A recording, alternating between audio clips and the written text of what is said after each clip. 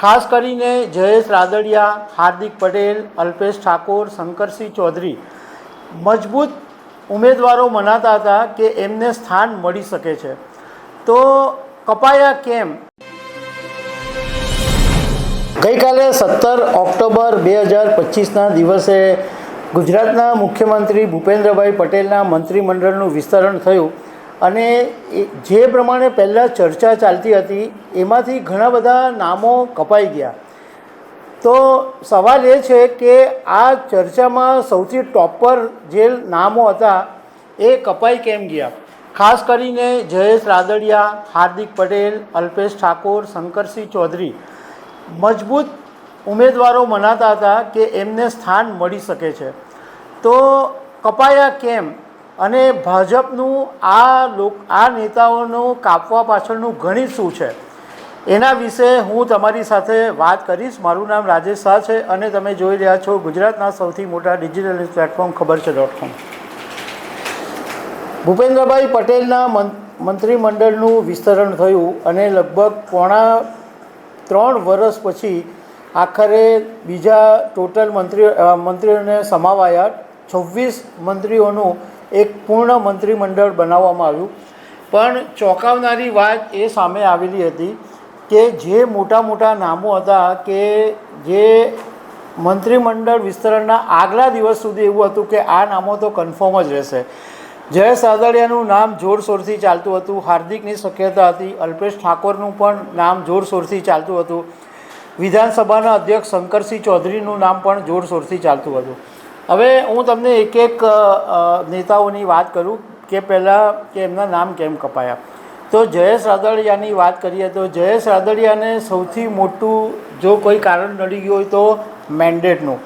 ઇફકોની ચૂંટણી વખતે ભાજપે બિપિન ગોતાને મેન્ડેટ આપેલું, પરંતુ ધરાર જયેશ રાદડિયાએ પોતે ફોર્મ ભર્યું અને મેન્ડેટની વિરુદ્ધમાં ફોર્મ ભરીને ચૂંટણી પણ જીત્યા અને એને કારણે અમિત શાહ અને CR પાટીલની સાથે નારાજગી થઈ.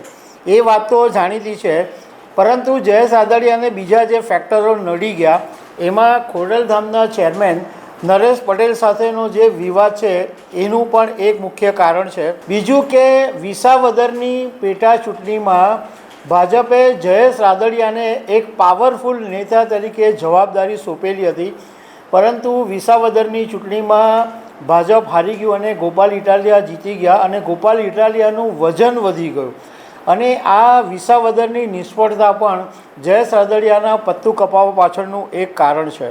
બીજું એક એ પણ હોઈ શકે કે ભાજપ એવું માનતી હોય કે જે પ્રમાણે સહકારી ક્ષેત્રની અંદર અને ખેડૂતોની અંદર જયેશ રાદડિયાનું જે કદ વધેલું છે એમાં જો એમને મંત્રી બનાવવામાં આવે તો એમનું કદ વધારે વધી જાય અને એમનું કદ વધે એવું ભાજપ ઈચ્છતી નહીં હોય એવું પણ બની શકે. બીજું એક રાજકારણના પંડિતોનું એવું પણ માનવું છે કે જયેશ રાદડિયાને કદાચ સંગઠનની અંદર મહામંત્રી કે એવું કોઈ બીજું પદ મળી શકે છે. હવે અલ્પેશ ઠાકોરને બદલે બનાસકાંઠાના સ્વરૂપજી ઠાકોરને મંત્રી બનાવી દેવામાં આવ્યા. એટલે અલ્પેશ ઠાકોરનું પત્તું કપાવવા પાછળનું કારણ એ છે કે એક તો અલ્પેશ ઠાકોર મૂળ કોંગ્રેસના છે અને અર્જુન મોઢવાડિયા સિવાય આ વખતનું જે નવું મંત્રીમંડળ છે એમાં કોઈ કોંગ્રેસમાંથી આવેલા ને મંત્રીમંડળમાં સ્થાન નથી મળ્યું. મંત્રીમંડળની અંદર ઓલરેડી કુંવરજી બાવળિયા જે હતા કેબિનેટ મિનિસ્ટર એમને યથાવત રખાયા, એટલે કોંગ્રેસના 2 મંત્રીઓ તો ઓલરેડી થઈ ગયા. તો ભાજપને એવો પણ એક ડર હતો કે જો અલ્પેશ ઠાકોરને મંત્રી બનાવવામાં આવે તો કોંગ્રેસીયાઓનું વજન વધી જાય, એટલે કોંગ્રેસમાંથી જે ભાજપમાં આવેલા છે એમનું વજન વધી જાય અને આ બાબતની નારાજગી ભાજપના કાર્યકરોમાં ઘણા સમયથી વ્યાપેલી છે. ઘણો મોટો અસંતોષ છે કે કોંગ્રેસમાંથી આવેલા લોકોને વધારે લાડવા મળી જાય છે, વધારે ફાયદો મળી જાય છે. તો આવું નહીં થાય એના માટે પણ અલ્પેશ ઠાકોર પર કાતર ફેરવવામાં આવી હોવાનું જાણવા મળ્યું છે. બીજું કે બનાસકાંઠાની અંદર ઠાકોર સમાજની નારાજગી છે ઘણા સમયથી, એ નારાજગી દૂર કરવા માટે અલ્પેશ ઠાકોરને બદલે બનાસકાંઠાના સ્વરૂપજી ઠાકોરને મંત્રી બનાવવામાં આવ્યા. ભલે અલ્પેશ ઠાકોર સમાજમાં એક સારું વર્ચસ્વ ધરાવે છે, પરંતુ સ્વરૂપજી ઠાકોર બનાસકાંઠાના સ્થાનિક નેતા છે, એટલે અલ્પેશ કરતાં સ્વરૂપજી ઠાકોરનું વજન વધી ગયું છે. બીજું એક કારણ એ પણ છે કે મુખ્યમંત્રી અમદાવાદના છે, પ્રમુખ અમદાવાદના છે, દર્શના વાઘેલા અસારવામાં છે, એમને હમણાં નવા મંત્રીમંડળમાં સ્થાન આપ્યું, અને અલ્પેશ ઠાકોર ગાંધીનગરના છે. તો એક જ વિસ્તારમાંથી બહુ બધાને પ્રતિનિધિત્વ મળી જાય એ પણ એક જોખમ હતું, એના માટે પણ અલ્પેશ ઠાકોરને સ્થાન નથી મળ્યું. હવે હાર્દિક પટેલની વાત કરીએ તો હાર્દિક પટેલમાં પણ સેમ મૂળ કોંગ્રેસીનું જે અલ્પેશ ઠાકોરમાં ગણિત છે એ જ ગણિત છે કે આ બીજા વધારે કોંગ્રેસીઓને સ્થાન નહીં મળી જાય એ ધ્યાન રાખવામાં આવ્યું. પણ એના કરતાં બી વધારે કારણ એ છે કે વિરમ ગામના પ્રશ્નોને લઈને પોતાની સરકારને ગંભીર ચેતવણી આપેલી અને એમ કીધેલું હતું કે જરૂર પડીએ હું ઉપવાસ આંદોલન કરીશ. તો આ બધી બાબતો સરકાર માટે કદાચ અસહ્ય બની ગઈ હોય કે પોતાની સરકારને ચીમકી આપવી, તો એ વાત યોગ્ય નહીં લાગી હોય. બીજું કે પાટીદાર સમાજની અંદર જે પાટીદાર અનામત આંદોલન વખતે હાર્દિકનું જે મહત્ત્વ હતું, જે સન્માન હતું, જે માન હતું, એ હવે ધીમે ધીમે ઘટી ગયું છે. તો પાટીદારોની અંદર એક સર્વ સ્વીકાર્ય નેતા હાર્દિક પટેલ નથી રહ્યા. બીજું કે હાર્દિક પટેલની સંગઠનમાં સતત ગેરહાજરી હતી, અને એનો હાર્દિક પટેલનો જે એરોગન્ટ સ્વભાવ છે, એકદમ અહંકારી અને તોછડો જે સ્વભાવ છે, એને કારણે પણ એ વેતરાઈ ગયા હોવાનું કહેવામાં આવે છે.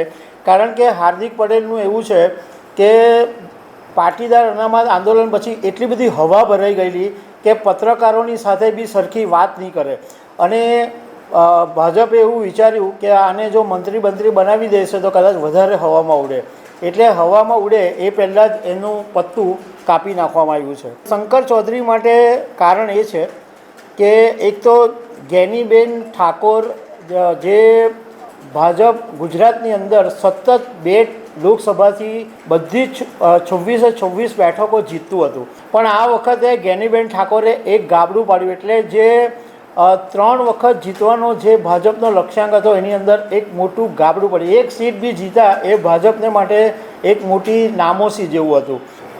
એટલે બનાસકાંઠાની અંદર ચૌધરી અને ઠાકોર મતદારોનું ખાસું મહત્ત્વ છે. એટલે ઠાકોર મતદારોને રીઝવવા માટે અને ઠાકોર મતદારોને સાચવવા માટે ત્યાં બનાસકાંઠામાં સ્વરૂપજી ઠાકોરને ચાન્સ આપવામાં આવ્યો.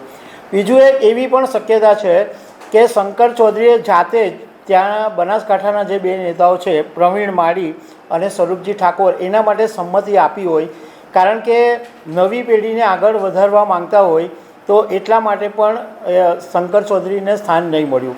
બીજું કે કેટલાક લોકો એવું માને છે કે શંકર ચૌધરી એક વિધાનસભાના અધ્યક્ષ તરીકે બેસ્ટ છે. 2022માં એમને જ્યારથી આ જવાબદારી સોંપવામાં આવી છે ત્યારથી એમણે વિધાનસભામાં બહુ જ સારું કામ કર્યું છે. તો વિધાનસભાના અધ્યક્ષ તરીકે એમને ચાલુ રાખવા માટે પણ આ શંકર ચૌધરીને મંત્રીમંડળમાં સ્થાન નહીં અપાયું હોય. તો દર્શક મિત્રો, આવી અનેક વાતો સાથે અમે તમને મળતા રહીશું. Thank you very much.